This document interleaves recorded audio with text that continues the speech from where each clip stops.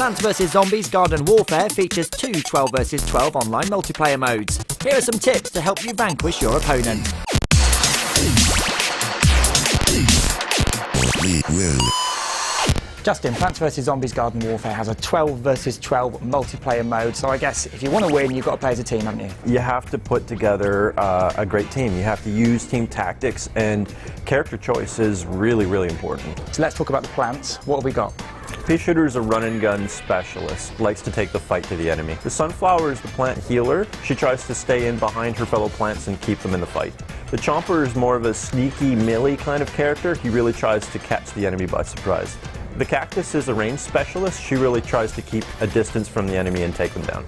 So for someone that's played other shooters, how would you best relate these character types to types people might have played in other games? The pea shooter is like a standard assault class. The sunflower you might find as a medic.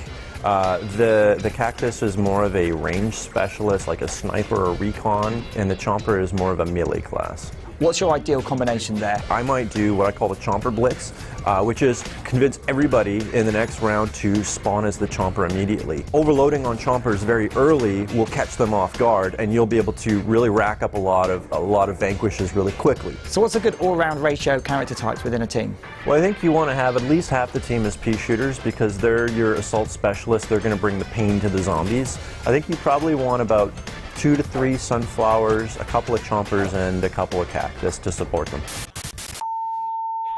So for someone that's familiar with other shooters, how would you relate these zombie classes to things they'll be familiar with? Sure, so the soldier is your typical assault character. He should be very easy to pick up and play, especially for new players. The rocket jump is great at getting him above the action, allows him to look down and kind of pick off some wayward plants. The engineer is definitely a support type character.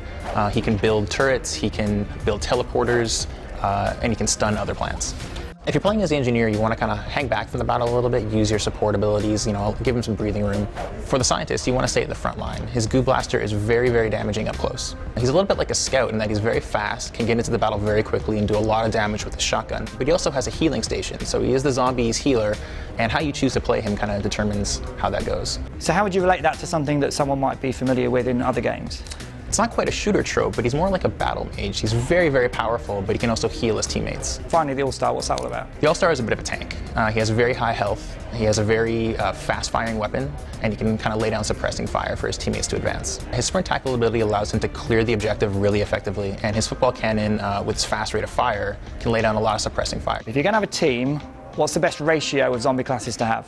For me, it's finding that right balance between assault and kind of the more support type characters.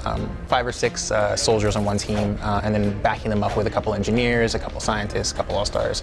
But reacting to the changing tide of battle, that's key. Is being aware, communicating, changing your roles to kind of compensate for what the plants are doing. If you can keep doing that, you'll have a lot of success. So if you're a big PvZ fan and you've only ever played the tower defense game, what's the best way to jump into this game? Who should you play as first? The soldier is probably the easiest character to pick up and play on the zombie side. He's relatively straightforward in his abilities. He's fast. He's kind of good at everything. And what's your favorite weapon? What's your number one? The soldier tank commander. He fires an explosive round, one shot, very damaging, but if you're accurate, very, very powerful.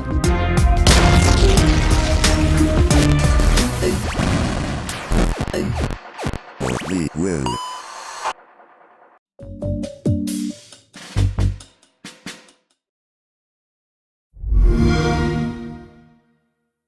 Play it first on Xbox.